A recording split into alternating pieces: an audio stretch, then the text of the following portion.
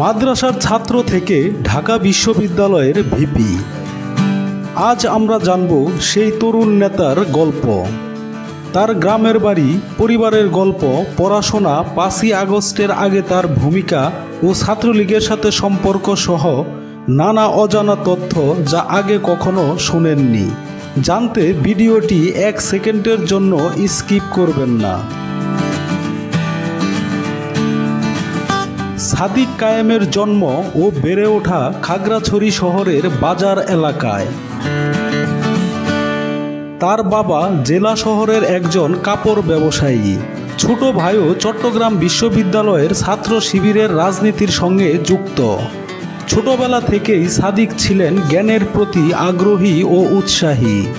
তার শিক্ষা জীবন শুরু হয় খাগড়াছড়ির বাইতুস শরফ জব্বারিয়া আদর্শ মাদ্রাসা থেকে। এখানে তিনি দাখিল পাশ করেন এবং পরবর্তীতে চট্টগ্রামের বাইতুস শরফ মাদ্রাসা থেকে আলিম সম্পন্ন করেন। এরপর তিনি ভর্তি হন ঢাকা বিশ্ববিদ্যালয়ের রাষ্ট্রবিজ্ঞান বিভাগে, যেখানে তার অধ্যাবসায় ও নিষ্ঠা তাকে তৃতীয় অবস্থানে পৌঁছে দেয়। স্নাতকে তার সিজিপিএ ছিল 3.78। আওয়ামী লীগ সরকারের পতনে নেতৃত্ব দেওয়া বৈষম্য বিরোধী ছাত্র আন্দোলনে সামনের সারিতে ছিলেন সাদিক কায়েম। গত বছরের জুলাই মাসে টানা আন্দোলনের সময় কেন্দ্রীয় সমন্বয়কদের তালিকায় নাম না থাকলেও নিয়মিত তাদের সঙ্গে ছিলেন। আন্দোলনের নানা কর্মসূচিতে তার উপস্থিতি ছিল দৃশ্যমান। জানা গেছে, অন্তর্বর্তী সরকারের উপদেষ্টা পরিষদের শপথ অনুষ্ঠানেও তিনি বঙ্গভবনে উপস্থিত ছিলেন।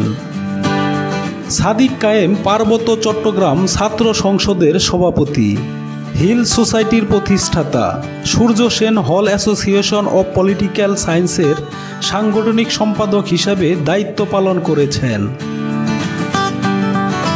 ঢাকা বিশ্ববিদ্যালয় শাখা ইসলামী ছাত্র শিবিরের সভাপতির দায়িত্ব পালন করে।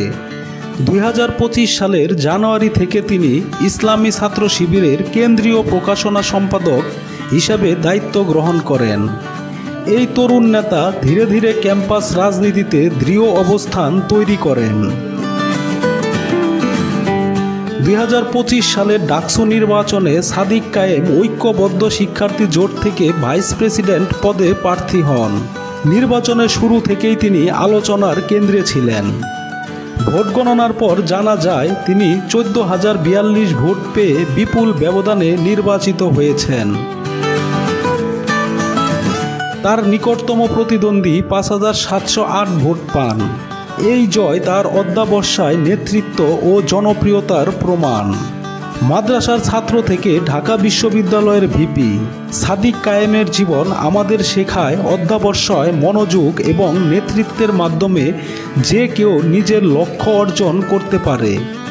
প্রিয় বন্ধুরা, সম্পূর্ণ ভিডিওটি দেখার জন্য অসংখ্য ধন্যবাদ।